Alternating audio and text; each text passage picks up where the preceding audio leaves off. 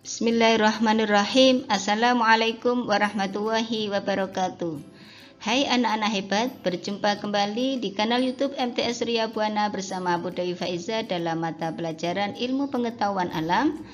Yang pada kesempatan ini kita akan belajar materi tentang cahaya dan alat optik bagian kedua.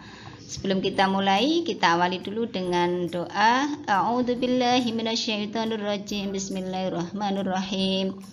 Raditu billahi rabba wa bil islami dina wa bi muhammadin nabiyya wa rasula. Rabbi zidni ilma warzuqni fahma waj'alni min ibadikas solihin.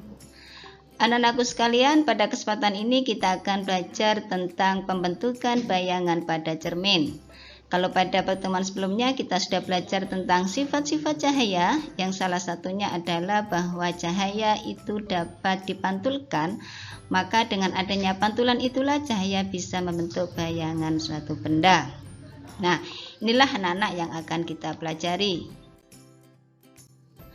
Adapun tujuan pembelajaran kita kali ini, yang pertama adalah nanti bisa mengidentifikasi proses pemantulan cahaya pada cermin datar.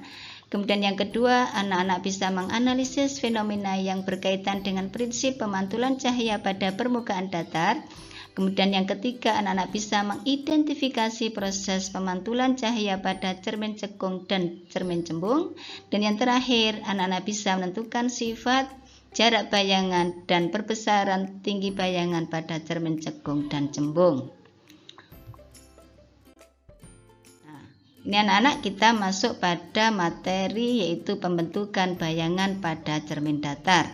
Nah, anak-anakku sekalian, mungkin ini tidak asing ya, kalau kita itu bercermin biasanya apa yang kita lihat, maka yang kita lihat biasanya adalah mungkin tentang kerapian kita, wajah kita. Nah, itulah salah satu bayangan yang dibentuk oleh cermin akibat adanya sifat dari cahaya, yaitu bisa memantulkan tadi. Nah, bayangan pada cermin datar anak-anak ini memiliki sifat maya, kemudian tegak dan sama datar. Nah, kenapa dikatakan maya? Dikatakan maya ini karena bayangan terjadi pada belakang cermin ya. Kemudian bayangan tegak ya, sama persis dengan posisi kita ya. Jadi sifat bayangan yang terdapat pada cermin datar itu adalah maya atau semu, kemudian tegak dan sama besar. Nah, bagaimana proses terbentuknya bayangan ini? Nah, perhatikan anak-anak. Nah, misalkan kalau kita letakkan benda di depan cermin datar, maka ketika ada cahaya yang masuk, cahaya itu seolah-olah akan dipantulkan dari cermin ya, nah kemudian ini ada tarik garis ya di belakang cermin seolah-olah bayangan menuju ke sana dan memiliki sudut yang sama. Jadi sinar yang datang ini sudutnya sama dengan sudut sinar pantul. Nah, ini anak-anak ya. Nah, maka kita akan mendapatkan bayangan ini sama persis dengan benda yang ada di depan cermin. Nah, coba kita perhatikan kalau kita tarik lagi sinar yang kedua ya dari arah yang berbeda, maka disitulah kemudian kita akan bisa membentuk bayangan yang sama persis dengan jarak yang sama persis. Nah, bagaimana dengan cermin yang berbeda? Nah, maksudnya misalkan kita ini ada dua cermin, bagaimana bayangan yang terjadi? Maka bayangan yang terjadi pada dua cermin ini sangat tergantung pada sudut yang ada ya. Jadi misalkan ada dua cermin yang bentuk sudut tertentu, maka bayangannya ini adalah sama dengan 360 derajat dibagi sudut yang terbentuk dikurangi 1. Nah, inilah jumlah bayangan yang terjadi pada dua cermin.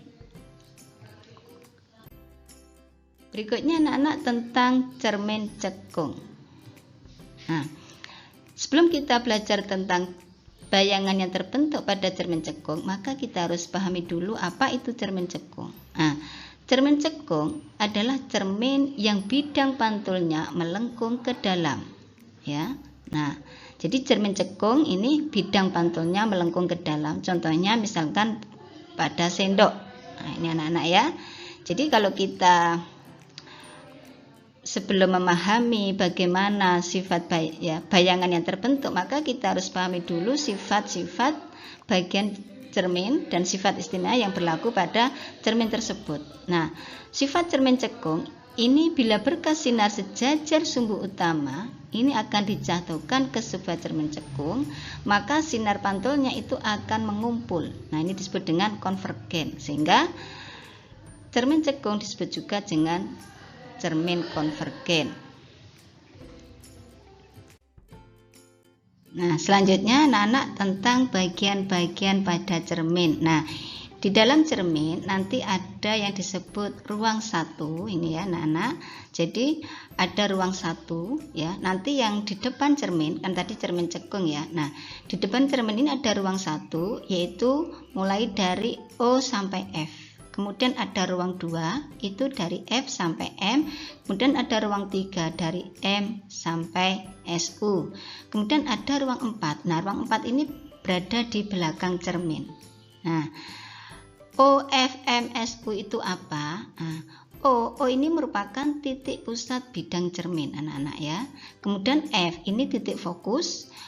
Titik fokus ini nanti sama dengan setengah R atau setengah jari-jari. Nah, jari-jarinya itu mana? Jari-jari itu nanti antara titik pusat bidang cermin sampai titik pusat kelengkungan, yaitu M. Nah, ini. Jadi antara O sampai M ini nanti disebut dengan R atau jari-jari cermin. Kemudian SU adalah sumbu utama. Nah, ini anak-anak bagian-bagian yang terdapat pada cermin. Nah, bagaimana dengan sinar-sinar istimewa pada cermin cekung? Nah, perhatikan anak-anak. Pada cermin cekung, maka sinar datang itu nanti akan dipantulkan menuju titik fokus. Nah, ini ya. Jadi ada 3 sinar istimewa pada cermin cekung anak-anak. Yang pertama, sinar datang ini nanti akan dipantulkan menuju titik fokus. Nah, ini ya. Jadi kalian harus perhatikan arah panahnya. Nah, ini. Fungsinya apa toh sinar-sinar istimewa ini? Ini nanti fungsinya adalah untuk membentuk bayangan yang terjadi pada cermin. Nah, itu ya. Makanya ini harus diperhatikan. Kemudian berikutnya. Yang kedua, jika sinar datang itu berasal dari titik fokus, ini seolah-olah menuju titik fokus, maka akan dipantulkan sejajar dengan sumbu utama. Jadi kebalikan dari sinar istimewa yang pertama tadi. Nah, ini ya. Jadi sinar yang datang itu berasal dari titik fokus atau seolah-olah menuju titik fokus, maka akan dipantulkan sejajar dengan sumbu utama. Yang berikutnya, jika sinar datang itu berasal dari titik pusat kelengkungan atau M ini, maka sinar pantul itu akan kembali menuju pada titik pusat kelengkungan ini. Nah, ini anak-anak 3 sinar istimewa yang terdapat pada cermin cekung. Yang ini nanti fungsinya adalah untuk membentuk bayangan suatu benda. Nah, karena untuk membentuk suatu bayangan benda, kita harus menggunakan lebih dari 1 sinar istimewa yang ada pada cermin cekung. Nah, ini ya. Jadi bagaimana melukis bayangan pada cermin cekung? Nah, perhatikan. Ini Bu Dewi menggunakan 2 sinar istimewa. Nah, misalkan Bu Dewi meletakkan benda nih. Nah, ini perhatikan benda ini berada di mana? Benda ini berada di ruang ketiga, anak-anak ya. Ya, tadi ini kan ruang pertama, di sini ruang kedua, ini ruang ketiga. Nah, benda di ruang ketiga. Kemudian ada sinar datang yang itu sejajar dengan sumbu utama, maka akan dipantulkan seolah-olah menuju titik fokus. Nah, kemudian sinar datang berikutnya ya. Yang menuju titik fokus maka akan dipantulkan sejajar dengan sumbu utama, sehingga disinilah kemudian ditemukan sebuah titik, maka disinilah tempatnya bayangan. Nah, ini anak-anak fungsi dari sinar istimewa pada cermin tadi, yaitu untuk memproses atau melukis bagaimana bayangan benda itu terbentuk pada cermin cekung. Nah, ini ya. Jadi benda berada di ruang ketiga.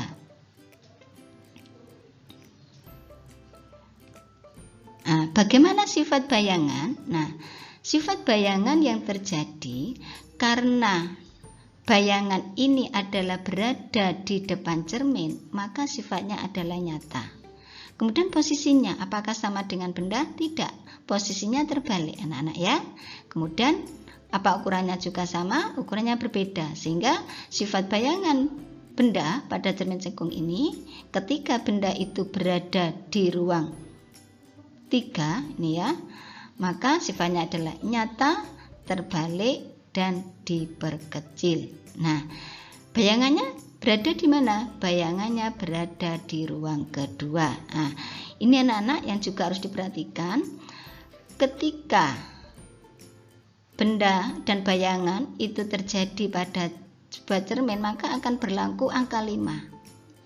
Maksudnya bagaimana? Maksudnya begini, jadi ketika benda itu berada di ruang 3, maka bayangan itu pasti berada di ruang kedua. Sebaliknya, jika benda itu berada di ruang 1, maka bayangan akan berada di ruang 4. Nah, begitu seterusnya anak-anak. Nah, ini ya. Berikutnya anak-anak tentang pembentukan bayangan jika benda di titik fokus. Nah, perhatikan. Nah, bagaimana jika benda itu berada di titik fokus? Nah, ini kita menggunakan 2 sinar istimewa. Perhatikan, ketika sinar itu datang sejajar dengan sumbu utama, maka akan dipantulkan menuju titik fokus. Dan selanjutnya ketika sinar istimewa itu datang dari pusat kelengkungan M ini, maka akan dipantulkan kembali ke pusat kelengkungan. Sehingga apa yang terjadi? Maka bayangan tak terhingga keberadaannya. Nah, ini anak-anak ya. Jadi bagaimana posisinya bayangannya? Nah, pembentukan bayangan jika benda di antara titik fokus dan cermin cekung, maka bayangan berada di ruang 4. Nanti seperti yang Budi katakan, berarti kalau benda itu berada di antara F ya dan cermin cekung ini kan berarti di ruang 1, maka bayangan ada di ruang 4. Nah, ini gambarnya anak-anak ya. Jadi kalau benda itu berada di ruang 1, maka bayangan berada di ruang 4. Nah, ini tadi ya proses pembentukan bayangan ya, seperti yang Bu Dewi jelaskan ketika benda berada di ruang 3 maupun benda berada di titik fokus. Nah, kalau kemudian kita simpulkan ya, ini harus diperhatikan. Maka ketika benda di ruang 1, maka bayangan itu ada di ruang 4. Nah, sifatnya bagaimana? Kalau tadi sudah dijelaskan ya. Nah, ketika benda di ruang 1, maka bayangannya, perhatikan, karena ini berada di belakang cermin, berarti sifatnya maya. Kemudian apakah posisinya sama? Sama, berarti tegak. Kemudian apakah besarnya sama? Berbeda ya, agak besar, berarti diperbesar. Sehingga sifat bayangan itu adalah maya, tegak, diperbesar. Kalau disingkat magasar ya anak-anak. Jadi kalau untuk permudah, bagaimana sifat bayangan jika benda itu berada di ruang pertama, maka sifat bayangannya adalah magasar, yaitu maya, tegak, diperbesar. Nah, bagaimana kalau benda berada di ruang 2? Nah, tadi kalau benda di ruang 2, maka bayangan ada di ruang 3. Nah, ruang 3 itu posisinya di mana? Ruang 3 itu ada di depan cermin, berarti bayangannya bersifat nyata. Nah, kemudian tadi terbalik dan diperbesar. Nah, kalau disingkat tabasar. Nah, ini anak-anak ya. Kemudian selanjutnya, bagaimana jika benda di ruang 3? Maka mesti bayangan jatuh di ruang 2. Nah, ruang 2 posisinya di mana? Di depan cermin, berarti bayangannya bersifat nyata, terbalik, dan diperkecil. Nah, ini contoh yang Bu Dewi lukiskan pertama tadi. Kalau disingkat tabacil. Nah, ini anak-anak ya. Jadi kalau kita belajar sifat-sifat bayangan, kita sudah punya rumus yang mudah. Kalau benda di ruang 1, magasar. Benda di ruang 2, tabasar. Kalau benda di ruang 3, tabacil. Nah, berikutnya anak-anak. tentang persamaan pada cermin cekung. Nah, Bu Dewi langsung ke cermin cembung. Kenapa? Karena persamaan pada cermin cekung dan cermin cembung ini sama. Nah, perhatikan anak-anak, di situ ada rumus 1/F sama dengan 1/S ditambah 1/S aksen. Nah, F itu apa? F itu adalah jarak fokus, satuannya cm tadi ya, fokus, titik fokus itu tadi ya, antara 0 dan M itu fokus, jadi setengah R ya. Kemudian S ini apa? S ini adalah jarak benda ke cermin. Kemudian ada S aksen. Nah, S aksen ini adalah jarak bayangan ke cermin. Semuanya satuannya adalah cm. Jadi kalau nanti ada soal dalam bentuk meter, maka dirubah dulu ke cm. Tapi kalau semuanya meter bisa ya, karena harus disamakan dulu. Nah, bagaimana dengan perbesarannya? Nah, ini anak-anak, tadi kan ada bayangan itu diperbesar atau diperkecil gitu ya. Nah, perbesaran ini pakai rumus M sama dengan H aksen dibagi H atau S aksen dibagi S. Nah, M itu apa? M itu adalah perbesaran. Kemudian S tadi jarak benda, H itu adalah tinggi benda. Nah, ini ya.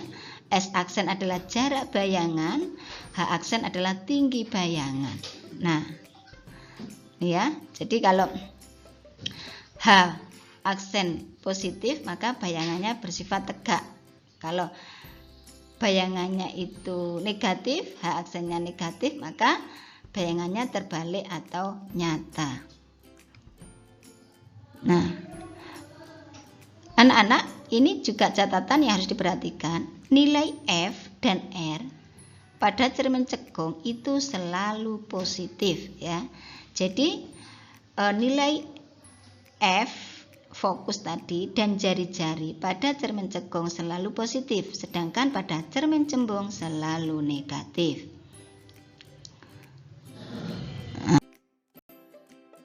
Contoh soal sekarang ya. Sebuah benda diletakkan 10 cm di depan cermin cekung. Sebuah benda diletakkan 10 cm di depan cermin cekung. Jika jarak fokus cermin tersebut 6 cm, tentukan jarak bayangan yang dibentuk, sifat bayangan, dan bagaimana gambar diagram sinarnya. Nah, ini anak-anak ya. Kita belajar tentang bagaimana menghitung jarak, kemudian sifat bayangan, dan bagaimana proses pembentukan bayangan. Nah, diketahui di sini ada benda yang diletakkan 10 cm ya. Jadi 10 cm di depan cermin cekung. Jika jarak fokus cermin tersebut 6 cm. Nah, ini ya. Diketahui jarak fokus cermin 6 cm. Kemudian jarak benda S ya. Nah, jarak benda S 10 cm. Berarti kira-kira berada di mana ya? Benda ini di ruang 1, ruang 2 atau ruang 3. Nah, anak-anak tadi sudah tahu ruang 1 itu mana, ruang 2 mana, ruang 3 mana. Kalau jarak fokusnya itu 6 cm, sementara bendanya berada 10 cm, berarti kira-kira di ruang berapa? Nah, itu nanti insya Allah bisa menghitung sendiri. Nah, ditanyakan apa? Ditanyakan adalah jarak bayangan, berarti S aksen. Nah, maka ini anak-anak ya harus kita hitung. Tadi pakai persamaan 1/F sama dengan 1/S ditambah 1/S aksen. Nah, berarti karena F-nya ada 6, maka di sini harus 1/6 ya, sama dengan S-nya 10, berarti 1/10 ditambah 1/S aksen. Kemudian 1/6 ya dikurangi. Nah, ini pindah ruas ya. 1/10 ini pindah ruas berarti menjadi negatif, sama dengan 1/S aksen karena yang ditanyakan adalah jarak bayangan S aksen. Nah, di sini harus disamakan dulu ya. Disamakan dulu penyebutnya yang bawah ini ya. Berarti semuanya dikalikan 30 ya biar sama. Nah, 30 kemudian dibagi 6, ini ketemu 5, berarti 5/30 dikurangi ya, 30 dibagi 3 dibagi 10 ketemu 3 ya. Nah, berarti 3/10 sama dengan 1/S aksen. Nah, 5/30 dibagi 3/30 maka sama dengan 2/30 sama dengan X-aksen. Nah, ketemu anak-anak ya. Maka S-aksennya berapa? S-aksennya sama dengan 30/2. Berarti jaraknya ketemu 15 cm. Nah, bagaimana sifat bayangannya? Nah, tadi sifat bayangan, maka sebelum kita menjawab, kita bisa gambar dulu. Nah, ini anak-anak, tadi benda berada sejauh 10 cm. Nah, sementara fokusnya 6. Nah, ini fokus 6, kemudian bendanya 10, berarti berada di ruang berapa ini? Ruang 2, anak-anak. Nah, berarti kalau benda di ruang 2, bayangan di ruang berapa? Ruang 3. Nah, betul ya? Nah, kita gunakan 2 sinar istimewa. Yang pertama, sinar datang menuju sejajar sumbu utama, maka akan dipantulkan ini menuju titik fokus. Berikutnya, sinar datang ya menuju fokus, maka akan dipantulkan sejajar sumbu utama. Nah, ketemu titik di sini. Nah, disinilah nanti terbentuknya bayangan. Nah, kira-kira bayangannya bagaimana? Nyata atau maya? Nah, kalau dilihat dari letaknya, karena berada di depan cermin, maka bayangannya adalah nyata. Kemudian posisinya apakah sama dengan benda? Tidak, posisinya terbalik anak-anak. Nah, terbalik ya. Nah, kemudian apakah sama besar atau sama kecil? Nah, ternyata lebih besar. Maka di sini bisa disimpulkan sifat bayangan yang terbentuk adalah nyata, terbalik, dan diperbesar. Nah, mudah ya anak-anak. Ini contoh soal pada cermin cekung. Nah, bagaimana pembesarannya? Nah, ini ya. Nah, kalau kita menghitung pembesaran, nah, tadi pembesarannya itu bisa pakai rumus M sama dengan S aksen dibagi S. Nah, perhatikan S-nya sudah ketemu yaitu 10, S aksennya juga ketemu 15, berarti mudah. Pembesarannya berarti 15 dibagi 10. Nah, ini ya, berarti 1,5. Nah, lebih besar toh? Nah, ini ya. Jadi ini posisinya apa? Bayangannya lebih besar dari bendanya. Maka dari perhitungan ini sebenarnya kalau tidak dihitung juga sudah bisa ya dari proses diagram sinar datang tadi. Tapi untuk memastikan bisa dihitung pakai rumus M sama dengan S aksen dibagi S. Nah, ini ada soal anak-anak harus dikerjakan ya. Cermin cekung mempunyai panjang fokus 5 cm. Jadi titik fokusnya 5 cm. Gambarkan pembentukan bayangan, lalu tentukan jarak bayangan dan perbesaran bayangan jika jarak benda dari cermin cekung adalah 10. Ini anak-anak sama persis dengan tadi, cuma ini fokusnya berbeda. Kalau tadi fokusnya 6, kalau ini 5. Kemudian S-nya 10. Nah, ini tadi ya, sama persis dengan contoh soal yang disampaikan sebelumnya. Nah, berikutnya kita masuk pada pembahasan cermin cembung. Nah, sebelumnya kita harus belajar dulu apa itu cermin cembung. Nah, cermin cembung adalah cermin yang bidang pantulnya melengkung keluar. Nah, kalau tadi cermin cekung melengkung ke dalam, kalau ini bidang pantulnya melengkung keluar.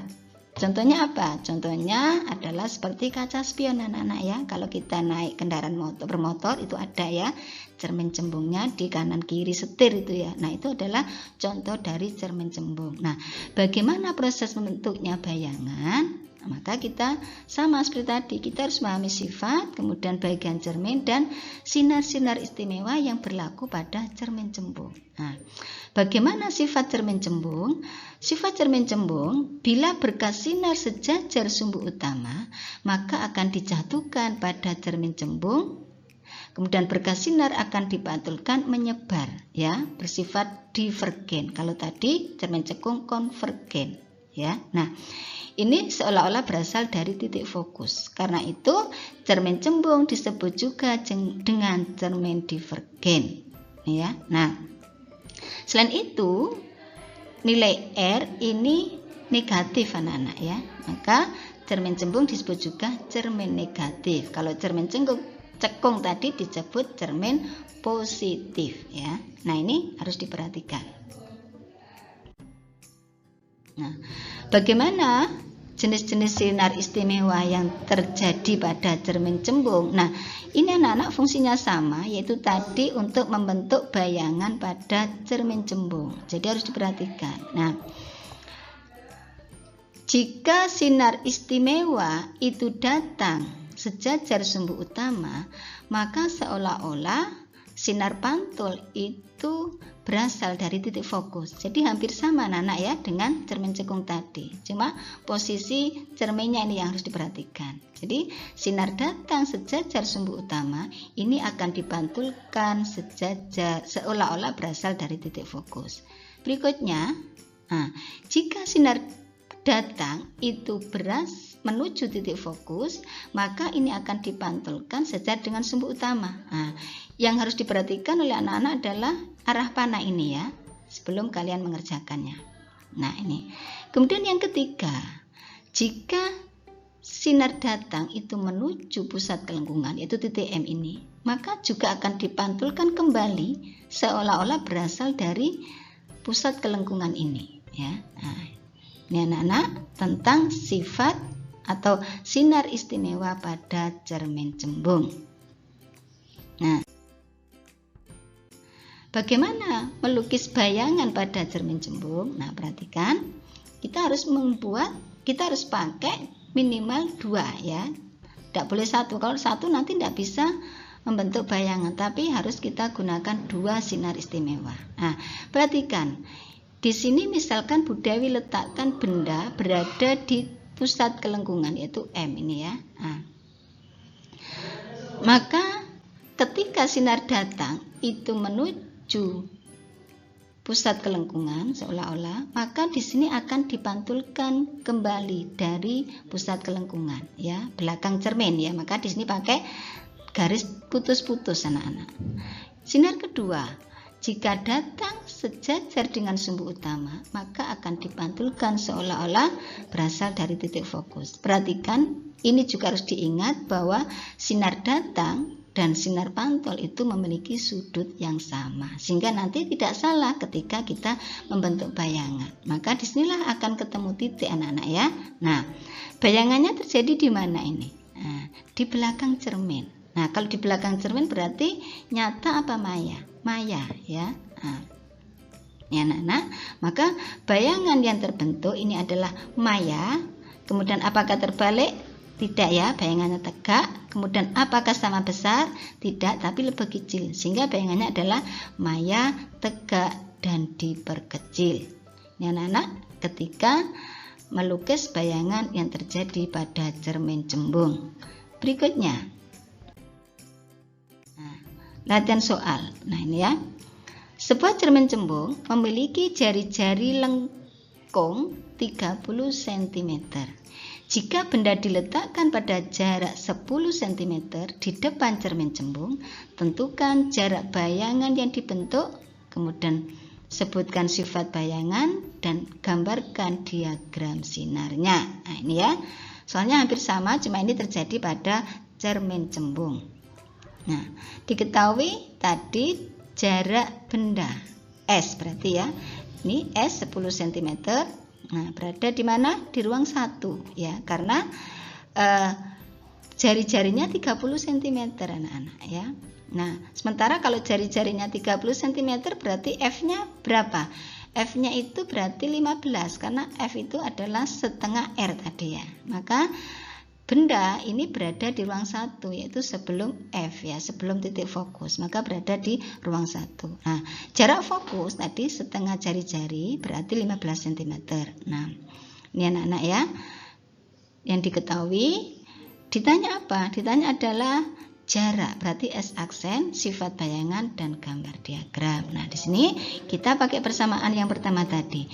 1/F sama dengan 1/S ditambah 1/S aksen.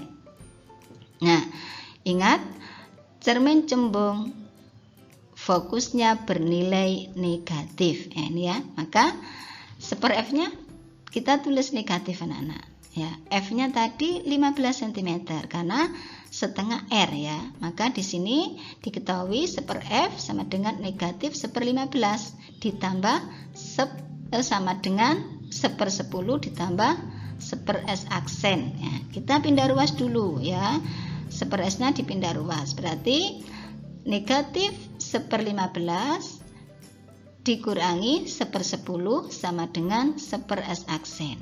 Nah, berarti sama dengan min 2 1/30 dikurangi 3 1/30 sama dengan S aksen. Nah, ini penyebutnya juga harus disamakan anak-anak ya. 15 dan 10 ini kan tidak sama. Nah, kita buat 30 dibagi 15, maka ada 2. Kemudian 30 dibagi 10 ada 3. Nah, ini berarti negatif 2/30 dikurangi negatif 3/30 sama dengan 1/S aksen. Nah, berarti di sini diketahui negatif 5/30 sama dengan 1/S aksen. Nah, berarti S aksennya berapa? S aksennya berarti negatif 30 dikurangi 5, negatif 30 dibagi 5 sama dengan berapa? Sama dengan negatif 6. Nah, disinilah jaraknya itu berarti negatif 6. Nah, bagaimana proses terbentuknya bayangan? Nah, ini anak-anak, terbentuknya bayangan tadi benda berada di ruang 1 ya, karena jaraknya 10 sementara fokusnya 15, maka benda di ruang 1. Nah, ketika kita beri sinar dan itu sinar datang sejajar dengan sumbu utama, maka akan dipantulkan seolah-olah berasal dari titik fokus dengan sudut yang sama ya. Sudut sinar datang dengan sudut pantul itu sama. Sinar berikutnya kita menuju ke pusat kelengkungan. Nah, maka ini juga akan dipantulkan seolah-olah berasal dari pusat kelengkungan. Nah, disinilah akan ketemu letak bayangan. Kira-kira berada di ruang mana ini? Nah, di ruang 4 ya, di belakang cermin. Benda di ruang 1, maka bayangan ada di ruang 4. Nah, karena benda di ruang 4, kira-kira bagaimana sifatnya? Nah, sifat bayangannya kalau kita singkat tadi adalah maya karena di belakang cermin, kemudian tegak dan diperkecil, sehingga kita singkat magacil. Nah, ini anak-anak tentang contoh-contoh soal dan pembahasannya pada baik cermin cekung maupun cermin sambung. Demikian yang Bu Dewi dapat sampaikan, semoga bisa dipahami dan semoga bisa diterapkan dalam kehidupan sehari-hari. Bu Dewi akhiri, ihdinas siratal mustaqim. Wassalamualaikum warahmatullahi wabarakatuh.